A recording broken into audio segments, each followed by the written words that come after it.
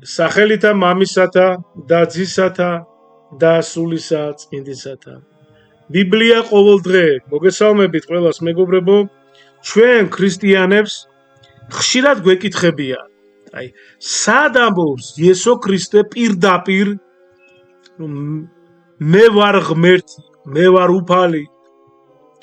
მეგობრებო, იესო ამას სიტყვა სიტყვით პირდაპირ ასე არ ამბობს, ხო, მაგრამ მისი ქადაგება, მისი სასწაულები, საქმეები ბევრად ძლიერი განცხადებაა, ხო, ასე ვთქვათ. იგი იღებს ძველ აღთქმაში ღმერთზე ნათქვამ უმაღლეს ტიტულებს, სახელებს, ძალაუფლებასა და მოქმედებებს და პირდაპირ საკუთარ თავს მიაკუთვნებს მათ. მაგალითად, ძველ აღთქმაში ღმერთი ამბობს: მე ვარ პირველი და მე ვარ უკანასკნელი. ესაია 44:6-48. იესო ქრისტეც ამბობს იგივე სიტყვებს: მე ვარ პირველი და უკანასკნელი. ეს არის აპოკალიფსში, გამოცხადებაში 1:17-22-13. შემდეგი,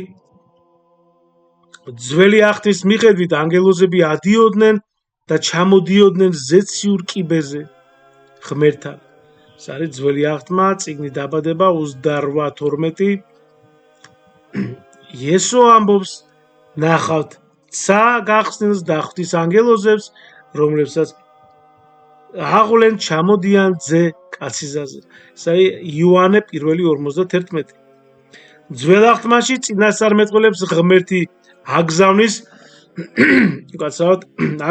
რადგან მისი სიტყვა მოდის მათთან, ეს არის იერემია 1:4-9.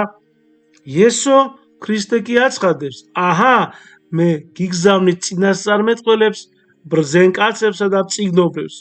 მათე 23:34. და ასევე ამბობს, როგორც მამამ გამოგზავნა მე, ისე მეც გზავნით თქვენ. იოანე 20:21. შაბათის მფლობელი და, ესე იგი, ძველ აღთქმაში მხოლოდ ღმერთია, ხო, ეს გამოსვლა 20. იესო კი პირდაპირ ამბობს: ძე კაცისა შაბათისაც უფალია. მარკოზი 2:28. განკითხვა ძველ აღთქმაში, მეგობრებო, მხოლოდ ღმერთს ეკუთვნის. უფალი განსჯის ერებს, იოელი 3:12. და მან გაამართლებს ქვეყანას. ეს არის ფსალმუნი 95:13. იესო ქრისტე ამბობს: მამამ არავის განსჯის, არამედ მთელი განკითხვა მე მომცა. იოანე 5:22. დანიელი წინასწარმეტყველებაში აღწერს ღვთაებრივ არსებობას, ხო, ძე კაცისას, რომელიც მოდის ცის ღრუბლებზე და მიახლება ღმერთის ტახტს. ეს არის დანიელი 7:13-14. იესო ქრისტე კი სინედრიონის წინ აცხადებს: ამიერიდან იხილავთ ძე კაცისას, ძალის მარჯვნივ სხდომას და მომავალ ცის ღრუბლებზე. მათე 26:64. კაცრავად. ამ სიტყვების გაგონებისას მღვდელმთავრებმა ხმამაღლა თქვეს, ხო, და ისინი ზუსტად მიხვდნენ, რომ იესო თავს ღმერთს უტოლებდა და სურდათ მისი ჩაქოლვა. ამავე დროს მისი მოწაფეები და ბევრი იუდეველი მუხს იდრეკდნენ მის წინაშე და თაყვანისცემდნენ მას როგორც ღმერთს, ხო.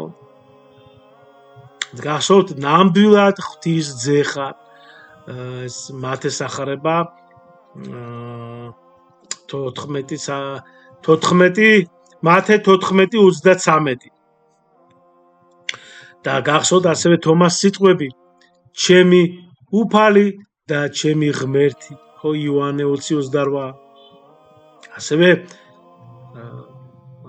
უფალი როგორ ამბობს, მამა ჩემშია და მე მამაში, ასევე მე და მამა ერთი ვართ, ხო, ვინც მიხილა მე, ის იხილა მამა. ამგვარად მართალია იესო არ იყენებს, თქვათ, არ იყენებს სიტყვით ფრაზას, ხო, მე ვარ უფალი, მე ვარ ღმერთი, მაგრამ ის საკუთარ თავს მიეკუთვნებს, ასე ვთქვათ, ყველა იმ ტიტულს, ძალას და უფლებას, რაც ძველ აღთქმაში მხოლოდ იაჰვეს ეკუთვნის, იაჰვე აქ, რა თქმა უნდა, ეს როგორც, ესე იგი, იეღოველები ფიქრობენ, სხვანაირად ფიქრობენ, არასწორად ფიქრობენ, რა თქმა უნდა, აქ იაჰვეს სხვა რამეს ნიშნავს, ეს ნიშნავს გახსოვთ სინასწრაფზე რომ გამოიცხადა და ესე იგი მოსეს და იაჰვეს სხვა რამეს ნიშნავს, ჩვენ ამას გავივლით, როცა მივალთ ძველი აღთქმის მეორე წიგნს, როდესაც დავიწყებთ გამოსვლას, იქ კარგად ჩანს, უბრალოდ მოკლედ გიტყვით რომ ეს ნიშნავს, რომ მე ვარ ის, ვინც ვარ, ასე ვთქვათ. და უფალიც ამბობს, გახსოვთ რომ სანამ აბრამი იყო მე ვარო. სანამ აბრამი იყო, ან ცხოვრობდაო იყო მე ვარო. და კიდე ბევრი ეს ეხლა ძალიან მოკლედ რაც მოვიყვანეთ მაგალითი ასე თქვა. მეგობრებო, ღმერთმა დაგლოცოთ და ღმერთმა გაგახაროთ.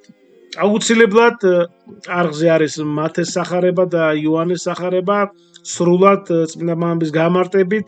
აუცილებლად უსმინეთ ყოველდღე, ასევე გააზიარეთ, თხოვნა არის დიდი რომ გააზიაროთ ყველა ვიდეოები და მოიწონეთ თუ მოგეწონა და დაწერეთ კომენტარებში თქვენი აზრები, კითხვები და მე მაქსიმალურად შეძლებს დაგვარად ვესწრები რომ ყველა თქვენ კითხვას უპასუხო ღვთის წყალობით და ღვთის შეწევნით. მადლი უფლისა ჩვენისა იესო ქრისტესი და სიყვარული ღვთისა და მამისა და ზიარება სული საწმინდისა იყოს თქვენ ყოველთა თანა.